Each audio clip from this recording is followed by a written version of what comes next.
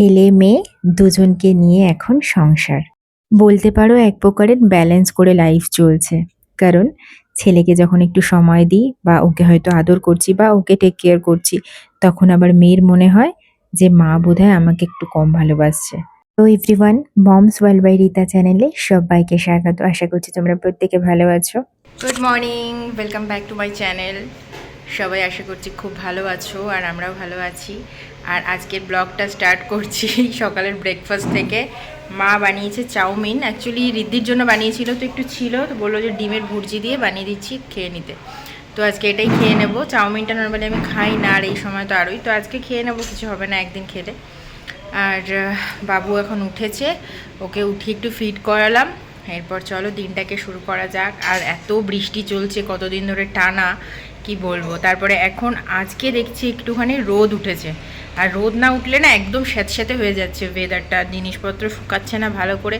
মানে রোদে শুকানো যেমন আর মানে পাখায় শুকানো দুটোর মধ্যে ডিফারেন্স থাকে না, এই হচ্ছে ব্যাপার। এটা খাওয়া যাক। আজকে ইচ্ছে আছে বিকেলে বেরোনোর, হসপিটাল যাওয়ার, বাবুকে নিয়ে। এখন মা বাবা দুজনেই আছে, তো ওরা থাকাতে না অনেক সুবিধা হয়ে যাচ্ছে। বাইরে থেকে এত দূরে থাকি, মানে বাড়ি থেকে গুজরাট কতটা ডিস্টেন্স বুঝতেই পারছো। তো এত দূরে থেকে নিজের কাছের মানুষদের পাওয়া, সেটা কিন্তু একটা ব্লেসিং এর থেকে কিছু কম নয়। তো আমি তো সবসময় ওভাবেই ভাবি, কারণ যখন আমার প্রেগনেন্সি চলছিল সেই টাইমটা নিজে একা অনেক দিন সামলে নিয়েছি। তারপর তো মায়েরা এসে গেছিল, আর তখন থেকে আর সেই ফিলটাই হয় না যে একা রয়েছি। তো মা-বাবা যদি তোমার সাথে থাকে না, তাহলে কিন্তু আর কোনো চিন্তাই থাকে না। ছোটোবেলার সেই আলু পেঁয়াজ দিয়ে ডিমের ভুর্জি দিয়ে চাউমিন অসাধারণ লাগছে এক কথায়।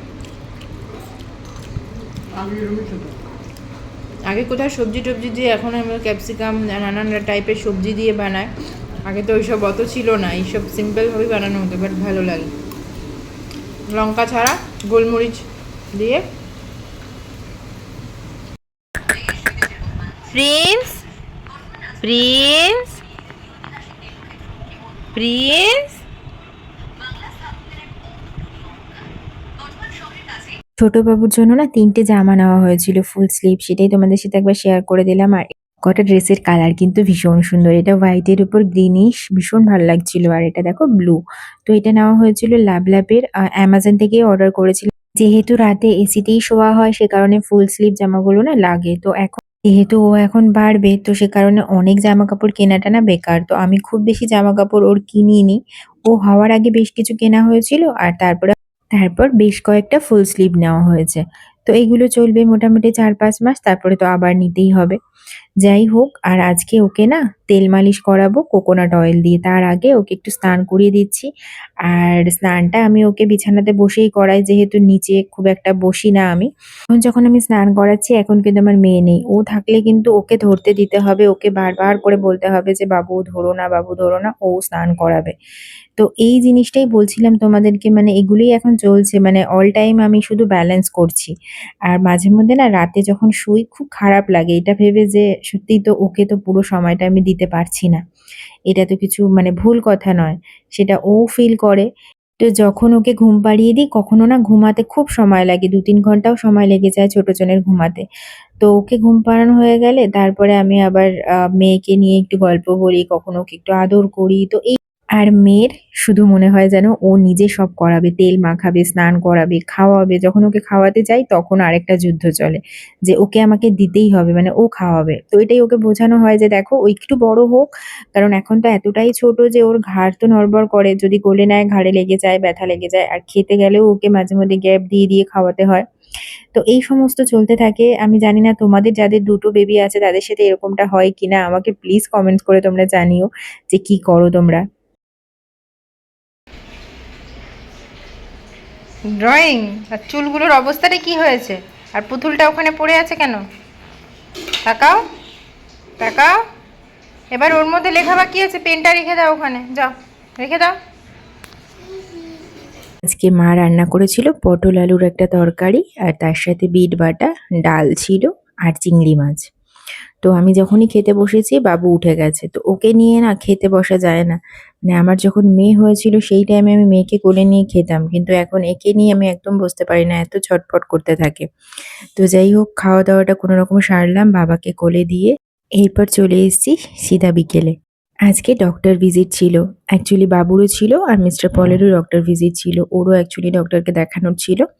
তো আমরা বিকেলে চা খেয়ে নিচ্ছিলাম। কারণ চাটা খেয়েই যাবো। এরপর তো একটু টাইম লাগবে আসতে বাড়িতে। কলকাতায় থাকলে যেমন বাইরে বেরোলে চা খেয়ে নিই, ওখানে একটা চায়ের বেশ ভালোই লাগে বাইরে খেতে। এখানে না বাইরের চা একদম ভালো লাগে না। মানে প্রচণ্ড মিষ্টি হয় আর ঠিক সেরকমভাবে একটা ভালো লাগে না। তো ওই জন্য যখনই বেরোই তখনই কিন্তু বাড়ি থেকে চায়ের টাইমটা থাকলে চাটা খেয়েই যাই বাড়ি থেকে। কিছু কথা তোমাদের উদ্দেশ্যে বলার আছে। যারা তোমরা আমার ভিডিও দেখছো, যারা পছন্দ করছো আমার ভিডিও দেখা, তার আগে এই যে দেখো বাবুকে রেডি করিয়ে দিয়েছি। ওকে অ্যাকচুয়ালি ডাইপার পরিয়ে তার সাথে ২টো ৩টে ডাইপার নিয়ে নিয়েছি। তারপরে ওয়েট টিস্যু নিয়েছি, যা, যা লাগে বাচ্চাকে নিয়ে যেতে। তারপরে স্যানিটাইজার নেওয়া হয়েছে, ওর দুধ নেওয়া হয়েছে। আর ওকে এখন বাইরে নিয়ে যাওয়া মানে ওর সাথে একটা আলাদা করে ব্যাগ ক্যারি করা। তো এই জিনিসগুলো তো থাকবেই এখন বাচ্চা আছে যখন সাথে। আর এখন যখন ওকে না রেডি করিয়ে বাইরে নিয়ে যাই তখন বড়জনও বায়না করতে থাকে যে, "মা আমিও যাবো।" তো সব জায়গায় তো ওকে নিয়ে যাওয়া যায় না। তো ওকেও ওইভাবে বোঝাতে হয় যে, "বাবু এখন তোমাকে নিয়ে যাওয়া যাবে না। এখন ডক্টরের কাছে যাচ্ছি আমরা।" তো এইভাবে মানে সবকিছু আরকি ব্যালেন্স করে যেটা শুরুতেই তোমাদেরকে বলছিলাম ব্যালেন্স করে দুজনকে নিয়ে লাইফ চলছে এক প্রকারের, কি বলবো? আর তোমাদেরকে যেটা বলছিলাম যে জিজ্ঞাসা করব যারা আমার ভিডিও দেখছো, স্পেশালি তাদের উদ্দেশ্যে যারা মায়েরা আছো আর যারা ২ টো সন্তানের মা। কিভাবে তোমরা বাচ্চাকে সামলাও দুজনকে নিয়ে? বিশেষ করে যে বড় থাকে তাকে বেশি সামলাতে হয় আমার মনে হয়। ছোটজন তো কিছুই বোঝে না। তার বোঝা, ভালো লাগা, খারাপ লাগা সেগুলো অতটা আমরা শুধুমাত্রই তার ল্যাঙ্গুয়েজ থাকে কান্না করা। সেভাবে করে সে তো বোঝে না। তো বড়জনকেই মেইন মনে হয় সামলাতে হয়। আর আমি ও হওয়ার আগেই না মাকে বলে রেখেছিলাম যে সবসময় ওকে কিন্তু প্যাম্পার করে চলবে মানে বড় মেয়েকে। কারণ ছোটজন কিছুই বুঝবে না আর এটা আমাকে সবাই প্রত্যেকেই বলত। তবে ওটাই চলি মানে চেষ্টা করছি ওভাবেই চালানোর। কিন্তু তবুও যেন মাঝে মধ্যে এরকম হয়ে যায় যে আ মানে আমার নিজেরও ফিল হয় যে ওকে না পুরো সময়টা দিতে পারছি না। তো তখন না প্রচন্ড খারাপ লাগে। মানে রাতে শুয়ে আমার বিশেষ করে এই জিনিসগুলো খুব ফিল হয়। তো তোমাদেরকে আমার এটাই বলার আছে যারা মায়েরা আছো আমাকে প্লিজ একটুখানি কমেন্টস করো। তোমরা তোমাদের এক্সপেরিয়েন্সটা আমাকে একটু শেয়ার করো প্লিজ। যাতে করে আমারও লাইফটা একটু ইজি হয়ে যায়। এখন সত্যিই বলছি আমি একটু পাজল আছি। হ্যাঁ, ভালো লাগা খারাপ লাগা দুটোই থাকবে। বাচ্চাকে মানুষ করতে গেলে সব রকম সিচুয়েশন হবে। তো যাই হোক এইভাবে করেই লাইফ চালাতে হবে আর লাইফে তো সব রকমই থাকবে। আর চলে এসেছি আমরা হসপিটালে, মিস্টার পলের হসপিটাল। ও অ্যাকচুয়ালি ডক্টর দেখাবে। ওকে দেখাবো যে হসপিটালে সেটা আবার একটুখানি দূরে। তো ওর বাবার আগে দেখিয়ে নেওয়া হবে। তো আমরা এখানে ওয়েট করছিলাম আর আজকে না প্রচুর লম্বা লাইন। তো যাই হোক মাঝখানে অনেকটা টাইম ও ঘুমিয়েছিল। আর ঘুমিয়ে থাকলে ততটুকু টাইম কিন্তু খুব শান্ত থাকে। আর তারপর যখনই জেগে যায় ওর কান্নাকাটি শুরু হবে, একটু খ্যান করতে থাকবে, ওকে নিয়ে হাঁটতে হবে কোলের মধ্যে। তো এই সমস্ত চলতে থাকে। আমি যখনই যেখানে যাই চেষ্টা করি একটু হাঁটাহাঁটি করার, নিজের থেকেই হাঁটি। যখন প্রেগন্যান্সি টাইমটা ছিল সেই সময়টাতেও কিন্তু আমি হাঁটতাম। তো এখন বাবুকে কোলে নিয়েও হাঁটছি। তো যাই হোক মার কোলে দিয়ে দিয়েছি আর ওকে একটু দুধ খাইয়ে দেওয়া হয়েছে। দুধ খাওয়ানোর পর একটুখানি পিঠটাতে আস্তে করে প্রেস করে দিচ্ছে যাতে করে ও ঢেকটা তুলে নেয়। নইলে না বাচ্চাদের এই খাওয়ানোর পর ঢেক তোলানোটা বিশেষ প্রয়োজন। কারণ অনেক সময় গলার ওখানে আটকে যায়। এই সমস্তগুলো না খুব ডেঞ্জারাস ব্যাপার হয়ে যায়। ডক্টর দেখানো হয়ে গেছিল কিন্তু বাবুর ডাক্তারটা আজকে আর দেখাতে পারলাম না। ওটা নেক্সট ডে আসতে হবে। এখানেই অনেকটা লেট হয়ে গেছিল।